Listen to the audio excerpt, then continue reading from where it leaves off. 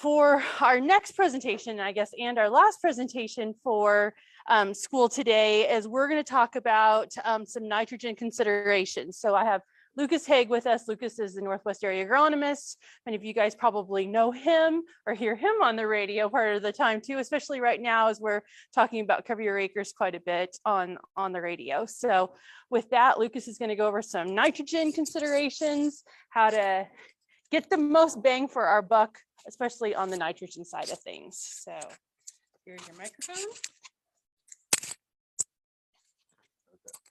All right, thanks, Jeannie. And yeah, I see a lot of familiar faces in here, but for those of you who don't know, Lucas Haag, and so my official territory, I've got 29 counties in northwest, north central Kansas, basically Ellsworth County and everything west and north of there. So like Jeannie, I'm in the pickup quite a bit as well. And then here starting this last fall, many of you knew Alan Schlegel down at Tribune. He'd spent 36 years there as the agronomist in charge and retired in September. And so on an interim basis, I'm heading up our stuff at Tribune, so trying to keep the wheels turning there. So anyways, going to talk a little bit about nitrogen and money today. They seem to be pretty tightly linked at the moment. And so hopefully maybe offer some ideas and perspective as we go about. How many of you already have a substantial amount of your nitrogen down right now? Okay, I mean, we saw a lot of N go on this fall, especially, you guys know better than me. I mean, we had really good conditions for an open fall to get some strip tilling done on the irrigated ground. And that's always a nice thing. We seem to have better, I feel like we have a lot better seed beds with, we can get that strip tilling done in the fall. How many of you have booked all your nitrogen? Okay, see more heads nodding. One thing I thought was kind of interesting, a couple days ago was a survey on Twitter, and they asked two questions, and one was, what percentage of your nitrogen needs have you locked in, priced, and the other was, what percent of your crop protection needs? Which one of those do you think was ahead in terms of what percentage people had locked in? So actually fertilizer. I was surprised at that by quite a ways in terms of, they asked, what, there's like 4 different things you could answer in terms of what percentages you had locked in, and by and large fertilizer was quite a ways ahead of crop protection products, which I thought was kind of interesting. So anyways, and you guys got the slides, you can kind of follow along. Some of these figures may not be the easiest to see on the screen. I think it's always interesting to put things in some perspective. And so one way to do that is thinking about price ratios. So what we're looking at here, this is a data set that goes back to 1985, December of 85 up through November. This past November is the most recent data that I can get my hands on. And this is just basically looking at, and this using the Kansas, the average cash corn price in Kansas, and then a FOB bid for either urea or DAP at the Gulf. And just looking at using those two prices, how many pounds of corn does it take to buy a pound of N? Or how many pounds of corn does it take to buy a pound of P?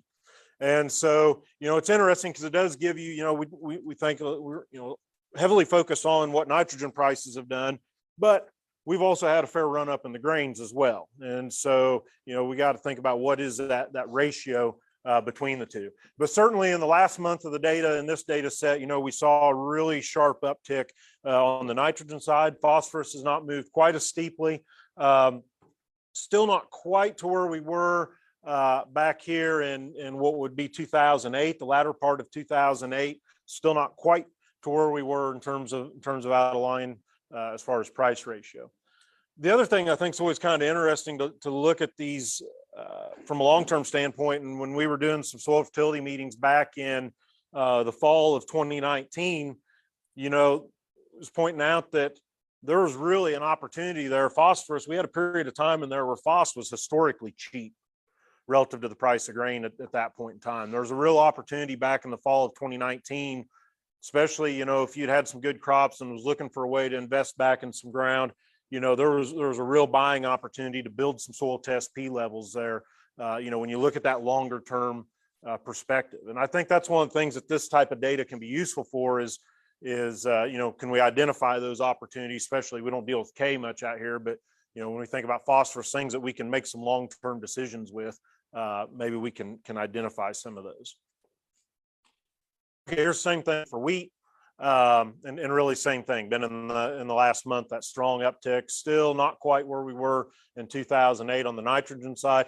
The one thing that's always interesting about this data set is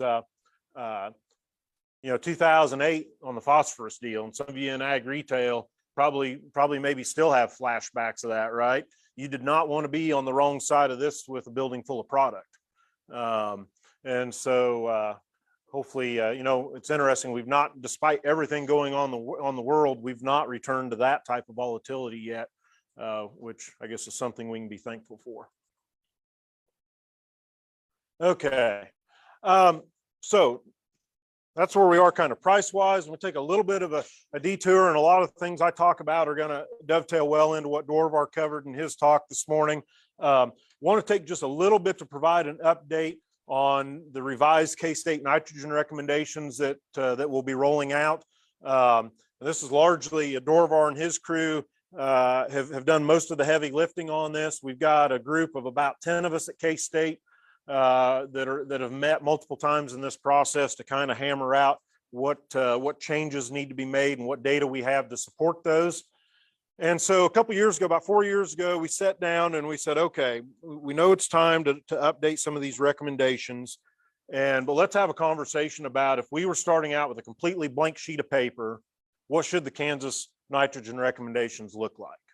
And because we've got other states have taken different approaches, neighboring states have done different things. And it's like, so we wanted to step back and say, okay, do we continue with what we've been doing and just update the data? What can we change, or do we completely change gears and take one of these other approaches?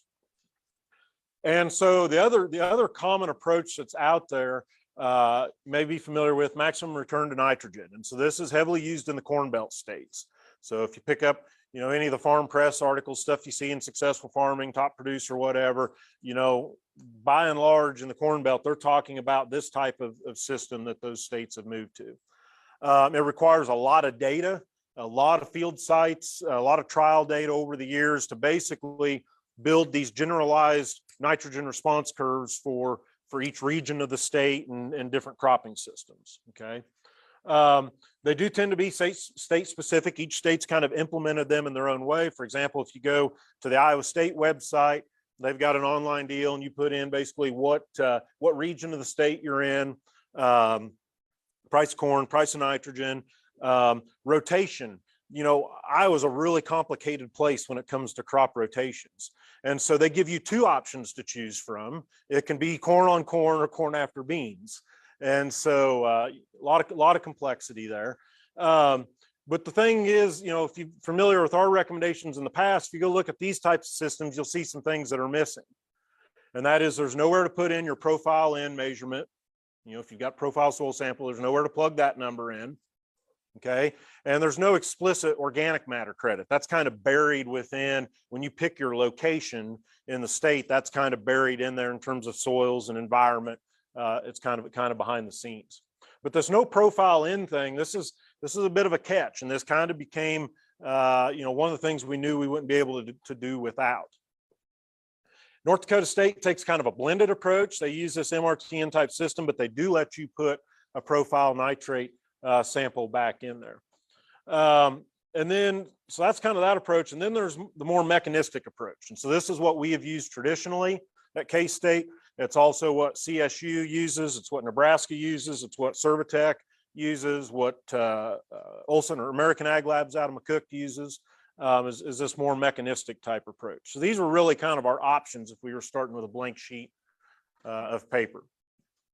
Well, let's talk a little bit about how a mechanistic approach works, okay?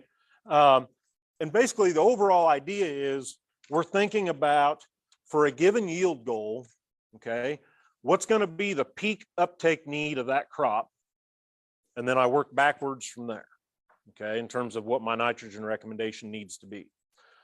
And so we've got yield goal by some uptake factor, and then we subtract off our credits for organic matter, for profile nitrate, previous crop adjustment, all the other things that we adjust with. So there's kind of a misconception that, well, I've heard some people refer to this as a removal-based system. And that's absolutely not true, because there's absolutely nothing on here that has anything to do with crop removal. Okay. It's about making sure we have enough nitrogen out there to meet the maximum uptake needs of the crop for a given yield goal. Here's kind of some of what's behind the scenes. Those of you have maybe tried to do some of your own on-farm nitrogen trials. This won't surprise you. Nitrogen data is messy. Okay. There's a lot of moving pieces, a lot of variability, and we think about variability in mineralization, variability in profile nitrate from the previous crop. Okay. But this is one way of boiling it down. And this is what we're looking at here is this is yield on the vertical axis versus nitrogen uptake. Okay. And so this isn't nitrogen applied. This is total uptake. And we had a real good question yesterday. So how do you measure uptake? Okay. And so what this looks like in the field from a research standpoint, we go out and take 10 foot a row or whatever, 2 rows by 10 feet. And we take that biomass, we take everything that's above the ground. We do this really just kind of immediately prior to black layer, when we should be at peak uptake, before we start sloughing off lower leaves, hopefully. Okay. We take all that biomass, we dry it down in the oven, and we weigh it. So now we've got total above ground biomass. Okay. A measurement of that, pounds per acre, oven dry.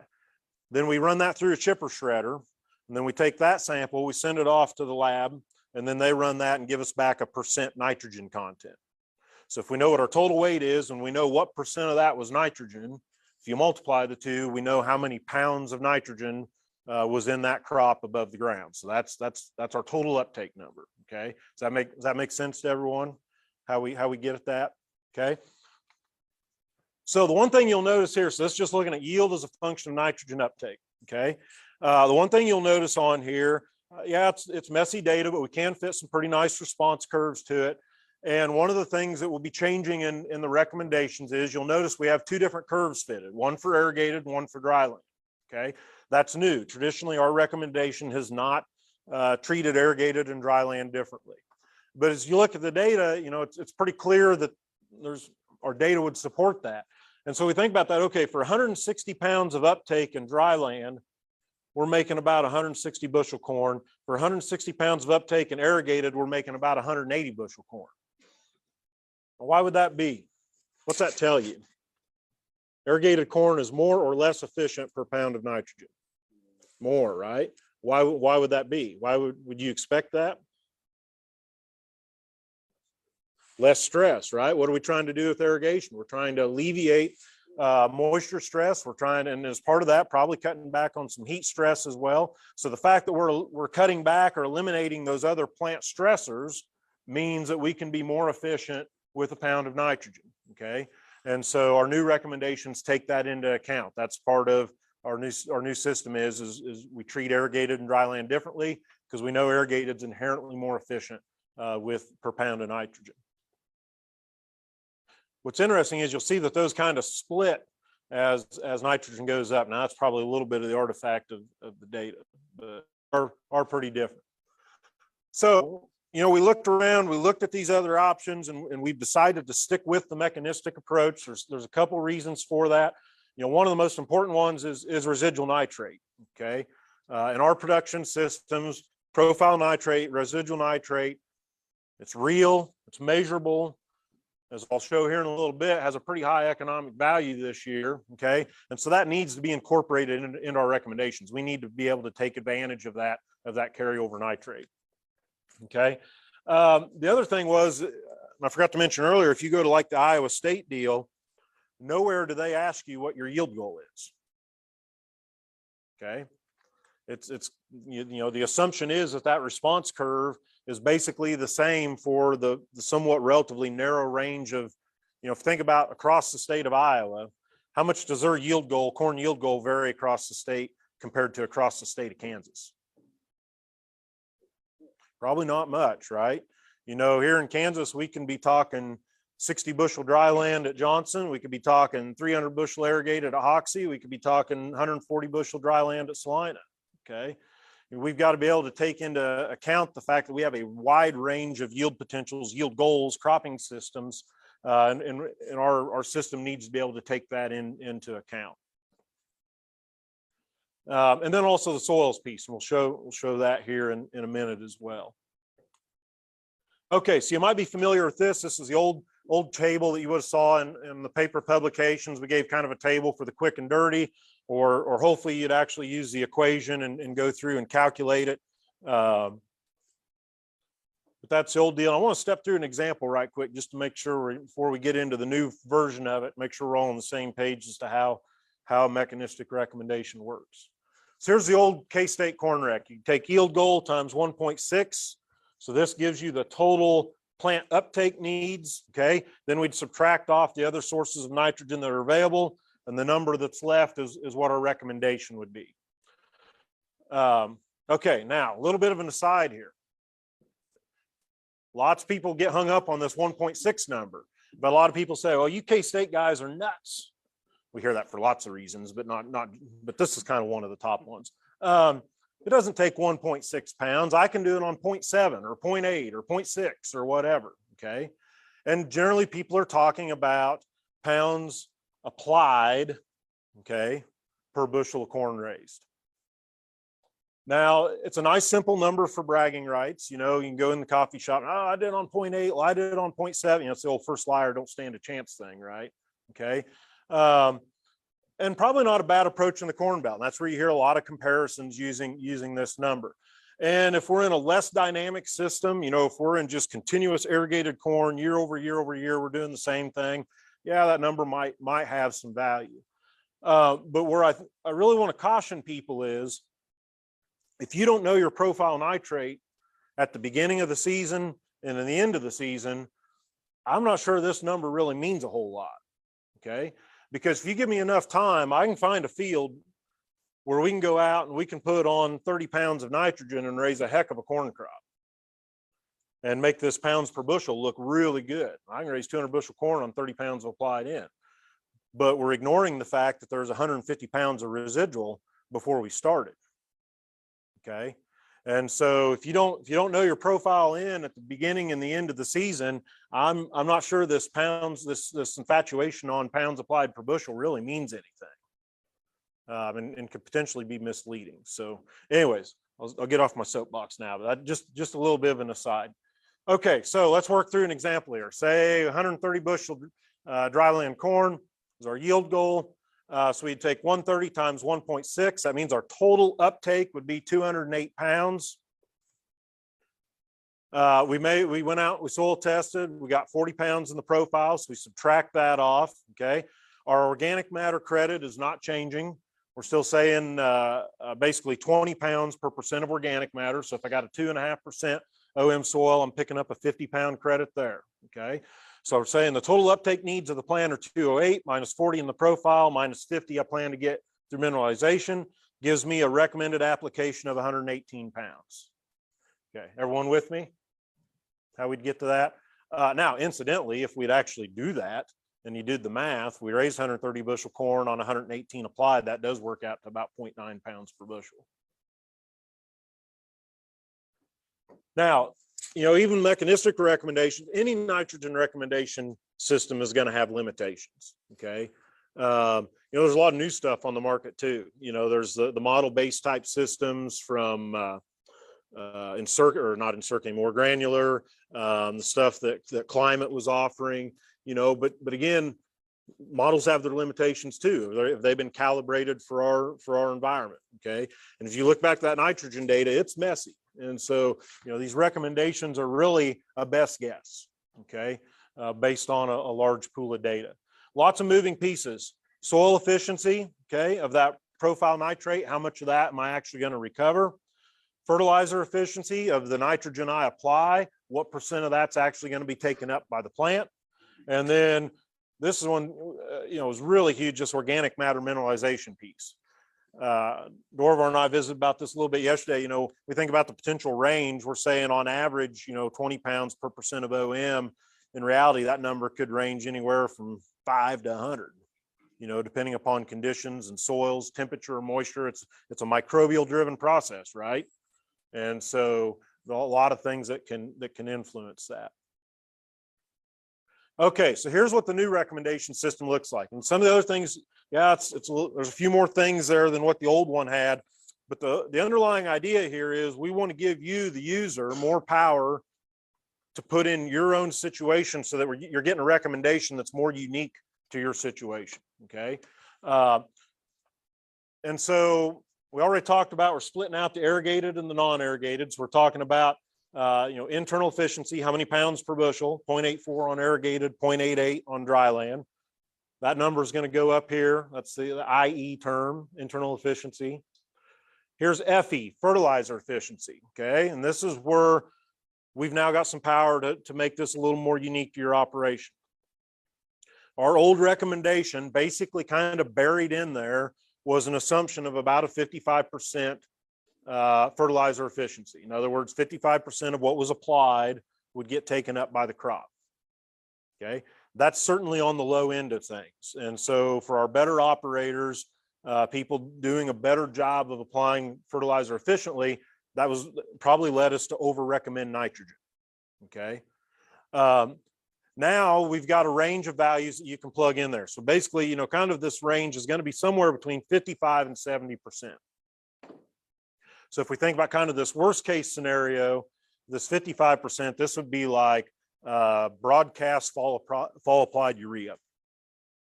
Okay, just in terms of, because we think about what actually drives this. If I put fertilizer on, why would I not get 100% of that in the plant? Volatilization, denitrification, leaching, right? All of our loss mechanisms. And so we think about some of our different options here. So we got like broadcast fall applied versus the other end of that spectrum would be, you know, soil placed at planting time, followed up by fertigation. Okay. You know, would represent kind of the high end efficiency of what we could do. And then we got kind of our middle of the road options. So kind of a pre-plant application for streaming on UAN, you know, in February or March or something is kind of a pre-plant deal. You know, maybe that puts us more around that 65% mark. And so we've got the flexibility now that you can adjust that based upon what you're doing.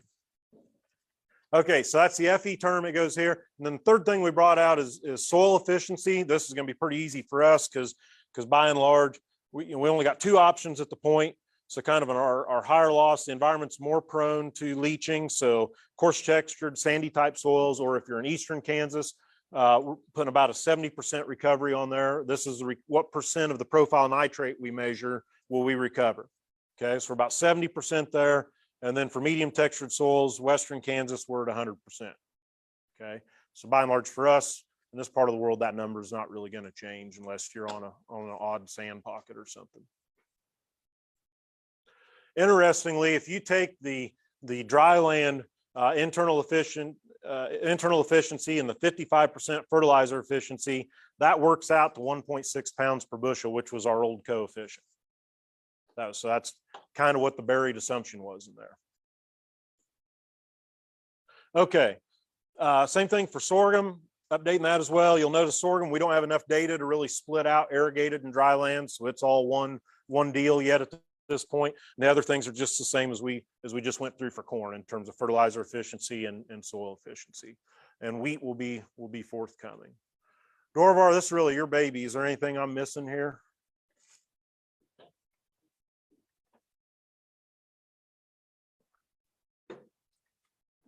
Okay. Everyone, any questions, comments? I just threw a lot at you in a fairly short period of time. Everyone everyone comfortable with how you'd implement this? Okay. So there'll be tools coming, Excel spreadsheet on the Soil Testing Lab website, an online tool. You know, if you're fairly handy with Excel, this isn't hard to implement on your own.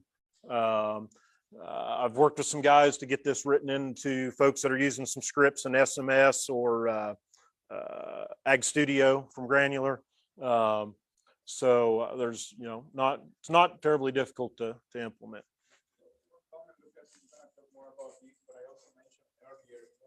Here's where the efficiency component of that fertilizer, we touched on that a little bit. There were some questions, you know, and I think that's maybe the opportunity going forward is that we can, you know, do a better job in terms of accounting for efficiency. injecting, and you mentioned that already, injecting the nitrogen, what source, that kind of thing. And so that's really, again, in these recommendation system moving forward, I think that's what hopefully try to fine tune that more and make it more dynamic as we. Yeah, so did you mention the statewide project at all? Yeah. And that's one of the Okay. the draft they showed earlier as part of the project. Yeah, so we'll be adding sites at Tribune this year in irrigated corn and dryland sorghum to hopefully bring some more data from this part of the world into it. So, okay, so that's that. Oh, I did have a few slides just comparing the old K-State system. So that'd be the blue circles, the new K-State systems, the orange blocks, and then you can kind of see how we compare to American Ag Labs. McCook is the green triangles, Servitex, the blue dashed line. So this on a dry land scenario, you can kind of see where the differences are. Where things where we've probably made the biggest change in our recommendation would be when we get into some higher yield goal irrigated type scenarios. And so here, this would be yield goals ranging from 175 up to 300. You can see the old K-State recommendation, and I don't think it was any secret that we were probably over recommending nitrogen at higher yield goals. And part of that goes back to, splitting out and recognizing the irrigated corn is more efficient. So the new system basically puts us right in the middle of kind of where UNL and Servitec and American Ag Labs are. And personally, I think UNL's recommendations tend to be very conservative because of some of their history of environmental issues in the Platte River Basin. Okay, so let's switch gears to economics. One of the things we're very fixated on what stuff's at today. But I think, it's interesting to kind of look at what's our sensitivity. Hopefully the argument I guess I want to make is of all the crop inputs you're going to buy this year, even at current prices, there is nothing that is going to offer you the return on investment that nitrogen does. Okay. And still the penalty of being short, even at today's prices, it concerns me when I get a phone call from somebody and I say, well, we're really thinking about just cutting all of our N rates 30% across the board. Well, if you're over applying enough, you can, if you got a history of over application, you can probably get away with that. But if you've been doing a good job of managing your nitrogen, I don't think you've got that much to work with, and without hurting your bottom line. So let's step through a few examples on that. So this is using our new recommendation. So this is kind of a limited water type example. So we're shooting for 235. We got 2.5% OM soil, 30 pounds of residual nitrate. And then we're looking at two different economic scenarios here. And this slide's already obviously outdated, but here's 380 corn and 35-cent in. It's kind of more of our long-term average type scenario. Here's $5 corn, 60-cent in. What's interesting is, again, our yield goal is 235. So this is net returns to nitrogen versus N applied. And so even by the time we get up here in this 250, 300 pounds applied, we know we are over fertilizing, okay? We know we are putting nitrogen out there we are getting no agronomic return to. But even though we're wasting that money on over application, even clear up to 300 pounds, net returns to nitrogen still does not go negative. We're still making more money by applying nitrogen. That's still it's still more than covering our losses by over applying.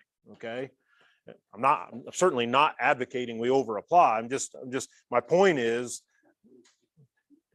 nitrogen pays. Okay. Now let's look at how bad could it get. Okay. So here's kind of our long-term scenario again, 380 corn, 35-cent in. This is $2 corn and 55-cent in. Or again, price ratio is what really matters. This line, so $2 corn, 55-cent in, that's the same as $5 corn and $1.38 in. I don't know, we were told yesterday in Ellsworth that they were around $1.08, $1.10 there per pound. Does that sound familiar around here? Or are we doing a little better in this part of the world? About the same? Okay. So we look at that scenario, okay, net returns to nitrogen, obviously, yeah, nitrogen's not, the return on investment has dropped significantly. But again, even at $5 corn and $1.38 in, even when we know we're over applying probably in the neighborhood of 75 to 100 pounds over application, net returns to nitrogen has still not went negative. And I don't know, I think that's kind of interesting. Okay, so the question is, We say 30% is maybe too far to back it off. How far should we back it off? How far can I back it off? Okay. So this is some of the data Dorvard pulled together from multiple trials, multiple sites across the state. Before I get any further in this, I will point this out. Okay, this is 0 N applied. And we've measured yields ranging from what, 20 bushel to 195 bushel on 0 N applied. Okay, this is where we go back to nitrogen's a messy system. What could all be the factors driving this? How in the world could you raise 295 bushel corn on 0 applied in? Carry over in. What else?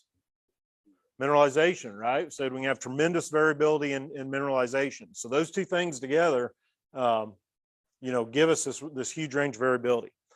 So a little bit of an interesting trivia question. Some of you have probably know this, but some of the longest running irrigated corn and sorghum facility studies in the world are at Tribune, Kansas. And so we've got trials there that started in 1961. And within this study, we have some plots that have received 0 fertilizer, no N, no P, since 1961. Continuous irrigated corn, continuous irrigated sorghum. What do you think the average yields in those plots are? 60 years, no fertilizer, continuous irrigated corn. What do you think it's making? Anyone want to take a guess? 70. Who said 70? Now 60, 70, really right in that range, both on the corn and sorghum is what they make is what they've been making year over year after 60 years of no fertilizer. I think that's kind of interesting. Of course, soil test P values have been mined down to nothing. And so I think one of the most interesting things about it is, 70 bushel corn, we're removing somewhere in the neighborhood of 20 pounds of P every year. Where's it coming from? It does give some glimpse into what this slow, long-term mineralization of unavailable P is. And so, anyways, not to get sidetracked on that, but we've got some historical plots south of here.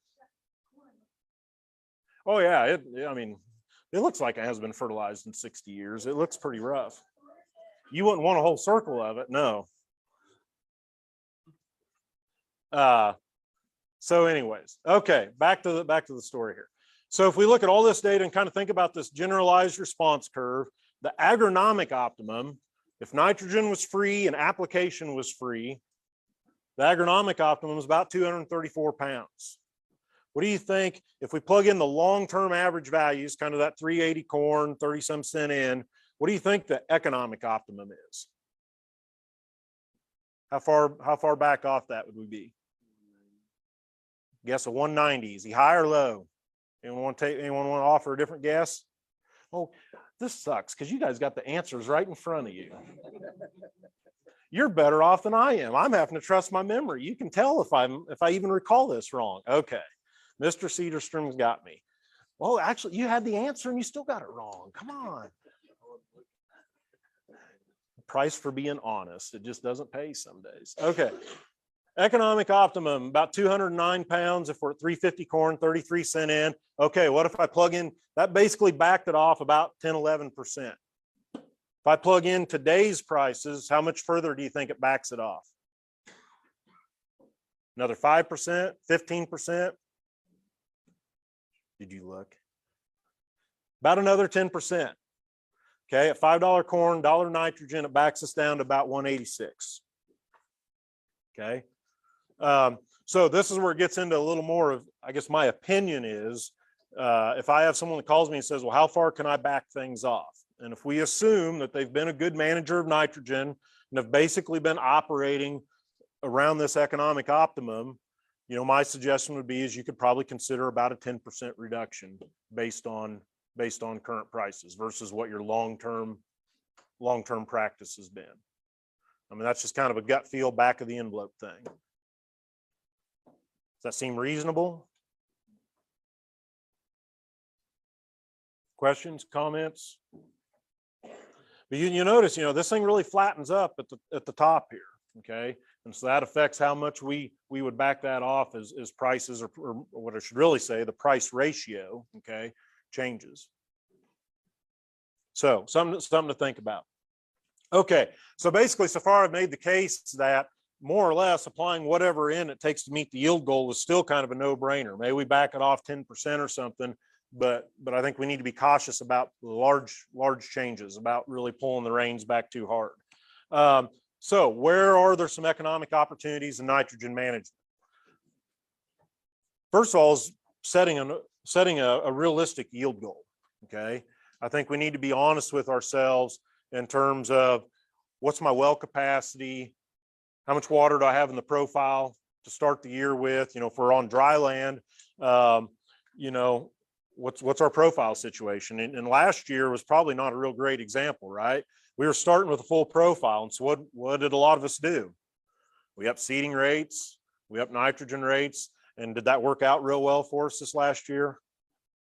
No, but I guess my response would be is be careful not to get sucked into you know, recency effect, you know, in terms of what happened last year. If we did that over 100 years and you're starting the season with a full profile, I'd make the argument more years than not that was still the right decision.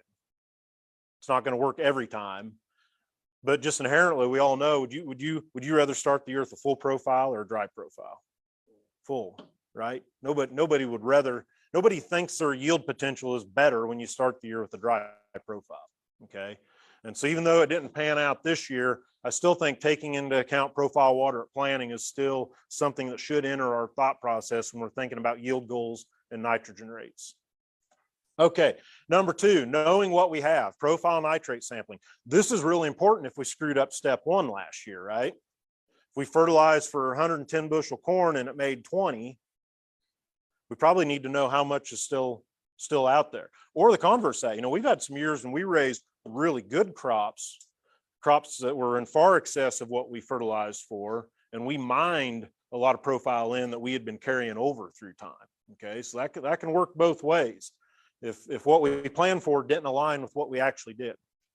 And then the third piece, and Dorvar alluded to this, and really the economic benefits to improving fertilizer efficiency. And as we've dug into the economics of this, I've been quite surprised me. But actually, I'm of the opinion there's significant money on the table here for some people, probably more so than haggling over, you know, within 10% of getting the right rate. And so we'll go through some examples on that. Okay, probably familiar with 4R principles of nutrient stewardship, right source, rate, time, and place. And this kind of, again, our new recommendation framework and pulling out that fertilizer efficiency term allows us to put some actual economic numbers to this. I mean, yeah, this is good management. This is what we should be doing. But the question always is, does it pay and how much? Okay, and this lets us step into that a little bit. All right, let's talk about the value of knowing soil nitrate. So here's an irrigated example. You can see my assumptions down here. 235 yield goal, 5 1/4 corn, 97% in, 2.5% organic matter. We're going to do some type of pre-plant in application that gives us about a 65% fertilizer efficiency.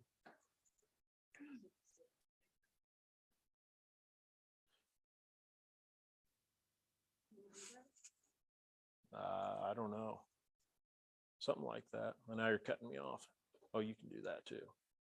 Sorry, I'm just sitting in the back of the room and maybe everybody else's eyes are better than mine, but I keep thinking it should. I just keep thinking I probably need to wash my glasses. So I thought it was just me. Okay, so here's my assumptions.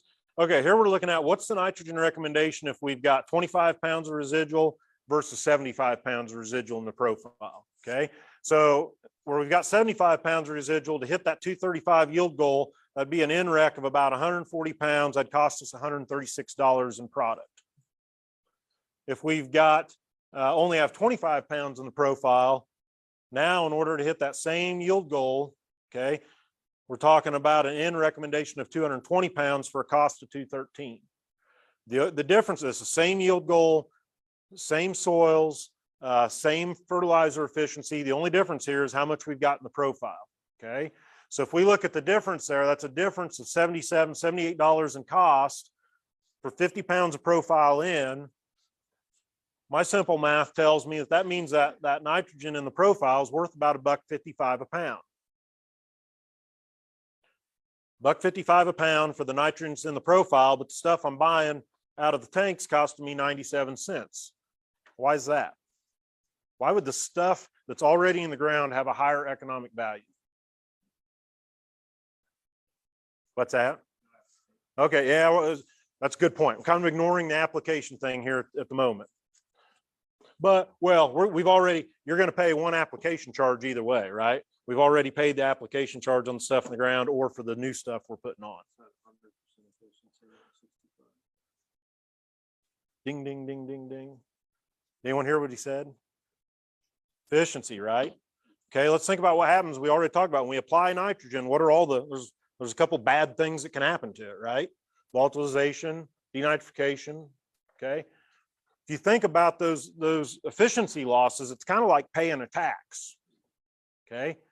The stuff that's already in the soil, we've already paid that efficiency tax. We've already incurred the loss of losing that nitrogen, of the different ways we can lose that nitrogen, okay? And so that's why it has a higher economic value.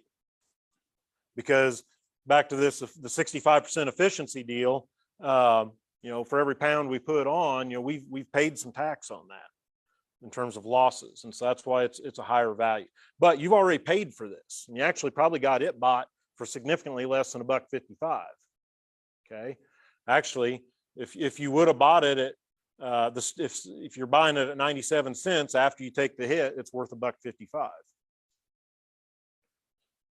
So here's one way of looking at that is you could basically profit yourself.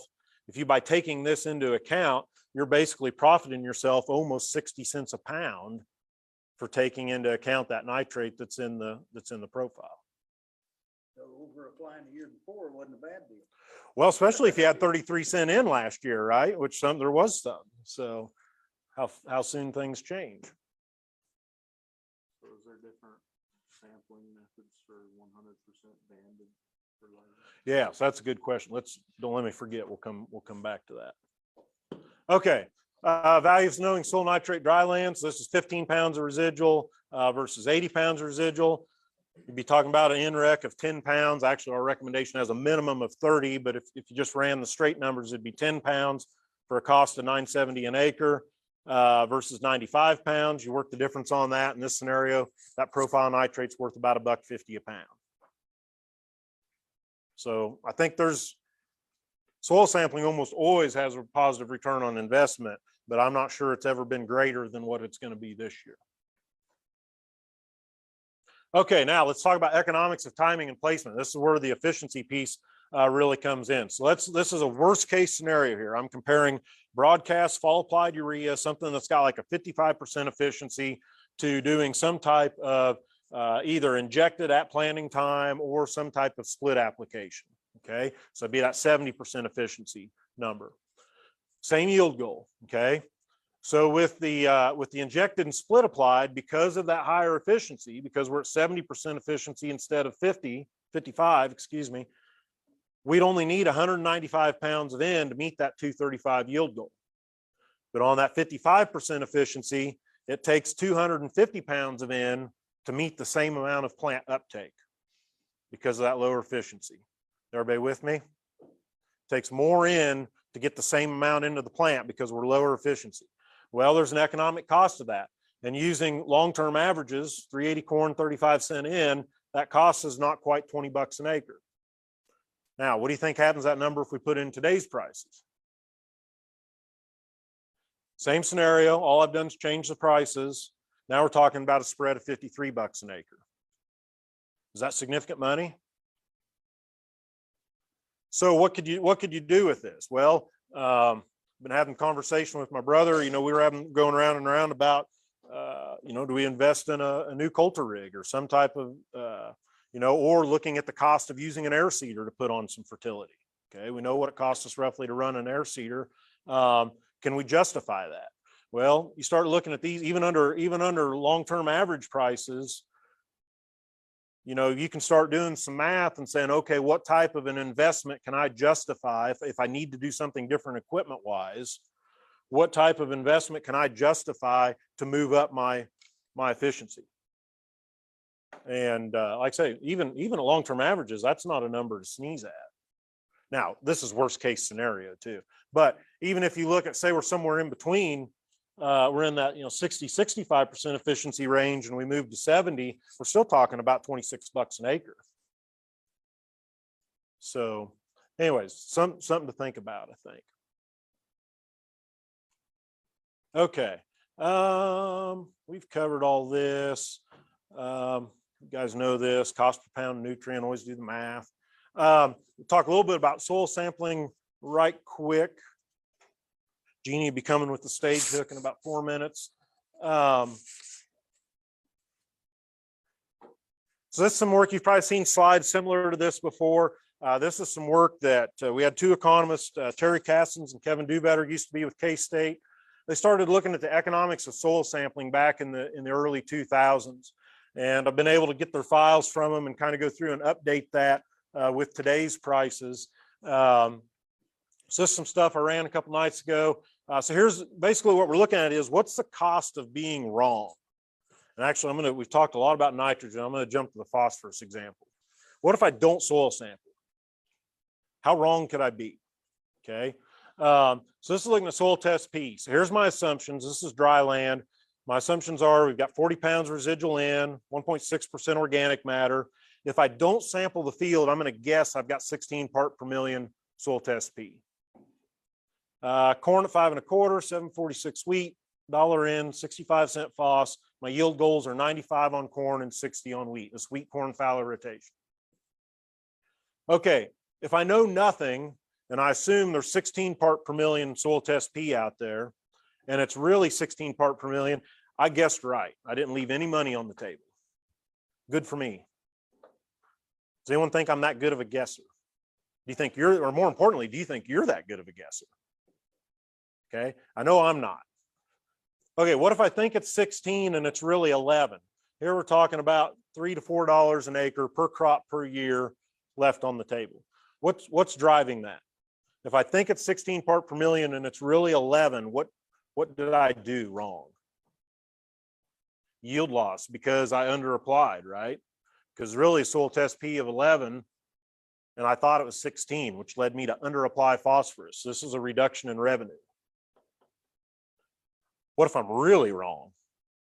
I think it's 16 part per million and it's 6. This gets into some pretty steep money pretty quickly. Okay. You think about this on the field level, but we've also used this as kind of a framework to look at the economics of grid sampling, zone sampling, some type of more intensive management. Because let's think about, you might have a quarter section that the field level composite comes back 16 part per million, but maybe there's 15 acres out there that are really 6. Okay. And on those acres that are at 6, we're losing 15, 16 bucks an acre, even though based on the field level numbers, we wouldn't pick that up. Now, that's a pretty extreme example. I'll grant that. If we go the other direction, if I think it's 16 and it's really 21, 26, I'm leaving money on the table. What's really driving that? If I think it's 16 and it's over application, right? I put out phos I didn't really need. Now, we can make an argument, I'd make the argument that this really isn't an economic loss. It's not going anywhere. I'm building soil test P, but I bought some pretty expensive phos. It was cash outlay in a year I didn't really need it. If you add the nitrogen and the phos pieces together, and we'll talk a lot more about this, cover your acres next week, but you add the pieces together, being wrong on both N and P, well, it just becomes additive. And there can be, in terms of money we might be leaving on the table by not knowing. And this is really sensitive to prices. These numbers are basically about 2 to 3x where we'd be with long-term averages in terms of where we're at price-wise today. Okay, Mr. Cedarstrom asked about how do we sample this stuff. Everything I just showed is based on assuming that our soil test data is truth. Is there such thing as perfect soil test data? No, okay. But it goes back to how do we get it as good as we can, okay? Good soil test data comes from good procedures in the field. And one of the biggest things is, and this comes back into your question about how do we deal with previous band applications, one of the biggest challenges we have to overcome is the small scale variability, okay? We know there's lots of small scale variability in soil naturally, okay? And then let's think about all the things we do to introduce man-made variability at small scale. How many of you band apply some of your phosphorus in some form? How many of you run cows on stocks? Okay. You know, so think about all those things we do. And so then we go out and we soil sample, and you pull 5 cores. And one of those 5 makes it into a previous fertilizer band or previous cow pattern. What's that do to your lab result? It's going to skew it pretty hard, right? Okay. So the only way we overcome that small scale variability is to get more cores in the sample. Okay. So, because here's a way of looking at this. When you put that sample in the bag, you send it off to Dorvar down to soil test lab, you get the report back, and it says soil test P was 19 part per million. Now, what Dorvar doesn't know is, or any lab that you use, what they don't know is how many cores were in the bag. And so what they can't report to you is what's the confidence interval around this number. Okay, we know there's potential error, noise around it. Well, if it's a 5-core sample, you're talking about plus or minus 6 part per million.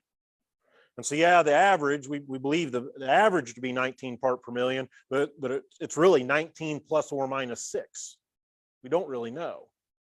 And so it could be 25, which means, hey, you don't have to put on any phos if you don't want to. And it could be 13, which that's low enough. You should probably be thinking about band applying something to overcome that soil test level. So a wide range of management that we don't really know about. Okay, now more cores brings that confidence interval down. We have a smaller band. We have a little more confidence of where that number is at. You'll notice it never goes to 0. We could run an infinite number of samples, and we're still going to be at about plus or minus 2 part per million. Why would that be? Well, Dorvar's not perfect in the lab, but neither is anybody else. Okay, there's just inherent noise in that process, right? In the extraction and the procedures, there's just natural variability in how that's done. So we'll never get it to 0, but we look at, okay, where's the sweet spot? And it really starts to flatten out, you know, somewhere here between 15 and 20. And we've looked at the economics of this too. This would be using long-term average values for grain and fertilizer. These numbers would be much larger today. Basically, of those idealized returns I showed you earlier, of that money we was leaving on the table, okay, by not having soil sample information, that was an idealized, that's assuming perfect information. This is how much of that you give up, depending upon what quality of data you feed into your decision making. If you're making decisions based off 5-core samples, you're giving up somewhere between $1.60 and $2 of that idealized return. If we get to 10, we're giving up somewhere, 75 cents or so. If we get up to 15, we can get that down around 40 cents. So we've done the economics on this. Let's think about the economics of soil sampling. Your lab fee is per bag, right? You pay the same lab fee whether there's 5 cores in the bag or 15 cores in the bag. The fixed cost of getting somebody in a 4-wheeler to the field is the same. You're basically looking at what is the marginal cost of somebody's time to pull the next 5, an extra 5 samples. So we've done stopwatch trials, visited with consultants, assigned a dollar value to that person's time pulling the samples. And basically what we found is the economics also flatten out at about the same point here. It's 15, 16 cores. Because even going from here to here, if you go from 75, 80 cents down to 40 cents, that's enough of a difference. You can pay for someone's time to pull an extra 5 cores and still be money ahead. And so it's and a lot of the soil sampling is hired out, and so I think it's good to have an honest conversation with your service provider in terms of what are their practices in the field, and are you getting your money's worth? Okay. One of the things when grid sampling first came around, one of the arguments was, well, we can get by with 5 cores because we're grid sampling. We're running a lot more samples.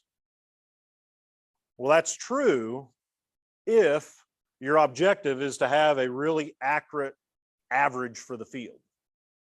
But if I'm investing the money in grid sampling, I don't really care about the field average number. I want the right number for this grid cell or this zone or whatever it is I'm trying to characterize. Okay. And so you go grid sample a whole field. Well, you've paid a bunch of money to have a grid sample field, and each one of those numbers has plus or minus 6 part per million around it. The fact that your measurement of the whole field's better, but your data quality at the grid level is still pretty suspect. Okay. We've got some examples of where we've looked at the economics of that. We'll cover that, cover your acres, because we're out of time here. Anyways, questions, comments, rebuttal?